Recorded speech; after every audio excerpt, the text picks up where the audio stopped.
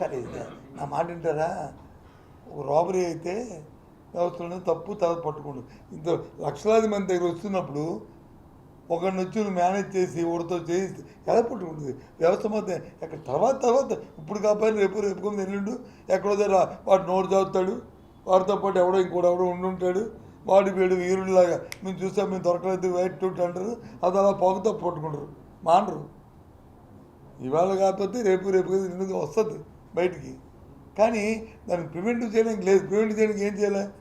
జగన్మోహన్ రెడ్డి 200 మీటర్లో 500 మీటర్ల దూరం పెట్టేయాలి. రాజకీయాలు అవుతుంది? సాధ్యమాది? ప్రజాస్వామ్యం సాధ్యమా మనకి? లేకపోతే అమెరికన్ సిస్టమ్ రావాలా? ఒకే దగ్గర వచ్చి మైక్ పట్టుకొని మాట్లాడి అక్కడి నుంచి వచ్చి అది టెలికాస్ట్ చేసి ఓటర్లు మీరే నిర్ణయం తీసుకున్నారు.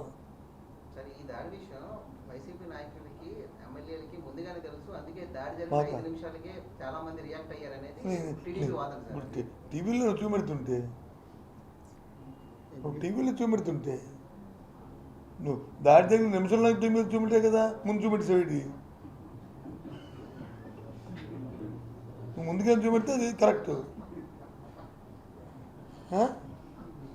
నువ్వు చూపెడుతుంటే ఇప్పుడు ఒక నిమిషంలో అమెరికాలో ఏం జరుగుతుందో మనకు తెలిసిపోతుంటే ఇజ్రాయెల్లో ఆ ఫైటింగ్ ఆ ఫైట్ జరుగుతుంటే 2 నిమిషాల్లో మీరు చూపెడుస్తుంటే మాకు మీరు రియాక్ట్ అయిపోవు. నువ్వు అందుకే నీకు పాలిస్తావు చెప్పాడు కావాలి, అందుకే నువ్వు ముందు వేస్తావంటే ఎలాగొద్ది అని చూపెడుతుంటే. సార్ ఒకప్పుడు ప్రజల్లో నాయకుడి మీద వ్యతిరేకత ఉంటే ఇట్లా రాళ్ళు కానీ చెప్పులు కానీ అదే దౌర్భాగ్యం. అదే కదా ఖండిస్తున్నాం మేము. ఇలాంటి సాంప్రదాయం మంచిది కాదని ఇంకా చెప్తున్నాం కదా మేము. ప్రజాస్వామ్యం ఇలాంటి ఇలాంటి ప్రక్రియలు ఇది మంచిగా సాంప్రదాయం కాదని చెప్తున్నాం కదా మేము. మొదటి నుంచి మేము చెప్తుంది అదే కదా.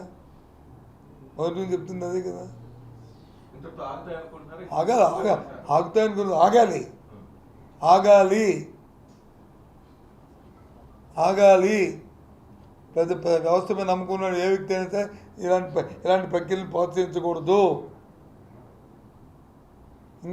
ఇంకా బ్లంట్గా మన వాడుక భాషలో చెప్పాలంటే, మన నాటు భాషలో చెప్పాలంటే అన్నం తిన్నోడు ఎవడో పని చేయకూడదు. అది భాష ఏమనుకోవద్దు. మా నాటు భాషలో వాడుక భాష అయితే అది ఆగాలి కదండి. తప్పు కదా అది సాంప్రదాయం కాదు కదా. ఎవరైనా సరే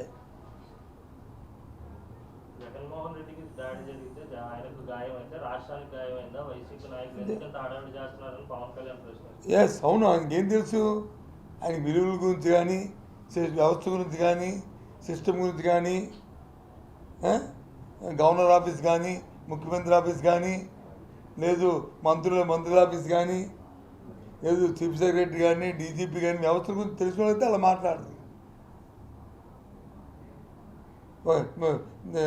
ఇది ముఖ్యమంత్రి మీద రాయిదాడి అయింది. ఎందుకు స్పందించారు? ప్రధానమంత్రి త్వరగా కోలుకోవాలని ఎందుకు స్పందించారు? తమిళనాడు ముఖ్యమంత్రి ఎందుకు స్పందించారు? మిగతా ముఖ్యమంత్రులు, మిగతా నాయకులు దేనికో స్పందించారు. అది వ్యవస్థ. అది పార్టీలతో సంబంధాలు ఉండవు. వాడికి వ్యవస్థమే నమ్ముకున్నవాడు అయినా సరే మాట్లాడాలి. అది చంద్రబాబు నాయుడు గారికి వచ్చి అలిపిరిలో ఇన్సిడెంట్ జరిగింది, ఆయన మీద బాంబు దాడి జరిగింది, నక్సలైట్లు ఆయన మీద బాంబు దాడి పెట్టారు. పెడుతున్నప్పుడు అది దాని అయింది వస్తుండగా, పైన కొండ మీద చూస్తుండగా అంటే ఆ రోజు అపోజిషన్ లీడర్ రాజశేఖర రెడ్డి అంటే ఖండించడమే కాదు, గాంధీ విగ్రహం దగ్గర దీక్ష చేశారు కదా. ప్రతిపక్ష నాయుడు కదా, పోతే పోయేళ్ళే, దరిద్రం పోయింది అని అనుకున్నాము మేము. తప్పు కదా. అది వ్యవస్థను గౌరవించాలి. అతను ఆ రోజుకి చంద్రబాబు నాయుడు అనే వ్యక్తి ఈ రాష్ట్రాన్ని ముఖ్యమంత్రి. ఆ రోజు ఆ వ్యవస్థను గౌరవించాలి. దాని ప్రకారం మాట్లాడాలి మనం. అంతేగాని ఈ రకమైన భాషలు మాట్లాడితే, అందుకే చెప్తుంది ఎప్పుడు కూడా మనిషి విలువ వచ్చి మన నోరు చెప్తారంటారు. మన వాక్శుద్ధి మాటలు చెప్తాయి. మనకున్న అవగాహన, మన డెప్త్ అంతా కూడా ఈ మాటలు బట్టి అవి వస్తాయి. అవి దెప్త లేకపోతే అవగాహన లేకపోతే వచ్చే మాటలనే వేగ్గానా ఒక కార్యకర్త మాట్లాడచ్చు, లేదు మధ్యలో ఇంటర్మీడియట్ లీడర్లు మాట్లాడకూడదు. లీడర్ వ్యవస్థను కాపాడుకుంటూ మాట్లాడాలి, ఆ స్ఫూర్తితో మాట్లాడాలి, ఏ భాష అయినా సరే. లేకపోతే అంతే. వాటి నిజమైతే ఖండిస్తున్నానని షర్మిల గారు కూడా అంటారు. ఎవరైతే అంటారండి, ఎవరైనా అంటారు. అయ్యో జరిగిందని మేము ముందు ఖండిస్తున్నాం, కానీ పూర్వపరాలు బయటికి రావాలి, దోషులు శిక్షించాలి. ఇది ఇది ఇది మా మానవత్వంలో అనే మాట. అది అంటూ ఏది నన్ను మాకు అనుమానం ఉంది అని అంటే పర్వాలే.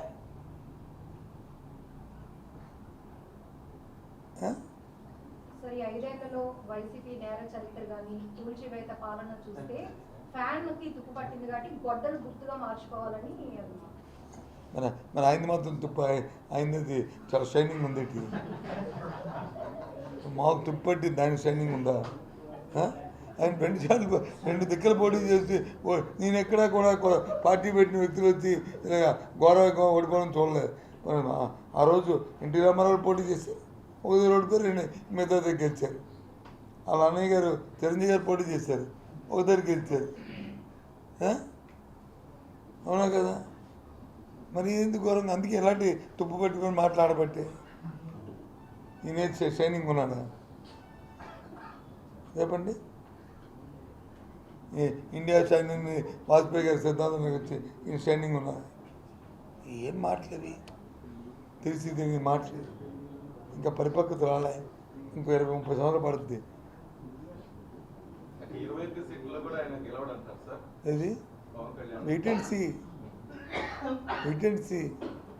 మీరు చెప్పండి, 2 సీట్లు గెలుస్తారని చెప్పిమనండి, ఆయన్నే చెప్పిమనండి.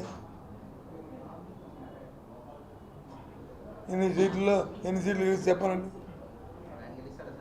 ఆయన సీటు చెప్తున్నాడు ఆయన. ఈ ఒక్కసారి నన్ను గెలిపించండి, నన్ను అసెంబ్లీ పంపించండి అని ఆయన పంపించమనండి, మిగతా పార్టీని కాదు. ఆయన పార్టీ గురించి చెప్పారా చెప్పండి. పిఠాపురంలో పార్టీ గురించి చెప్పారా, వ్యక్తిగతం చెప్పారా?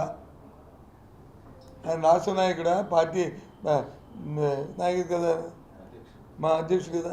మా పార్టీని గెలిపించండి, పిఠాపురంలో నేను పోటీ చేస్తున్నాను, నాకు అవకాశం వస్తే పిఠాపురాన్ని అందరూ ఎక్కిస్తాను, బంగారు బాట వేస్తానంటే పర్వాలేదు, నన్ను గెలిపించండి, నాకు ఒక ఛాన్స్ ఇవ్వండి, నాకు అసెంబ్లీలో అవకాశం ఇవ్వండి. భాష చెప్పేస్తుంది ఆయన డొల్లతనం ఆ మాటలను తెలిసిపోతున్నప్పుడు మళ్ళీ ఇంకేంటి ఇంకెవరు అంతా రైట్ సైడ్ నుంచి వస్తాను, లెఫ్ట్ సైడ్ నుంచి రాలే.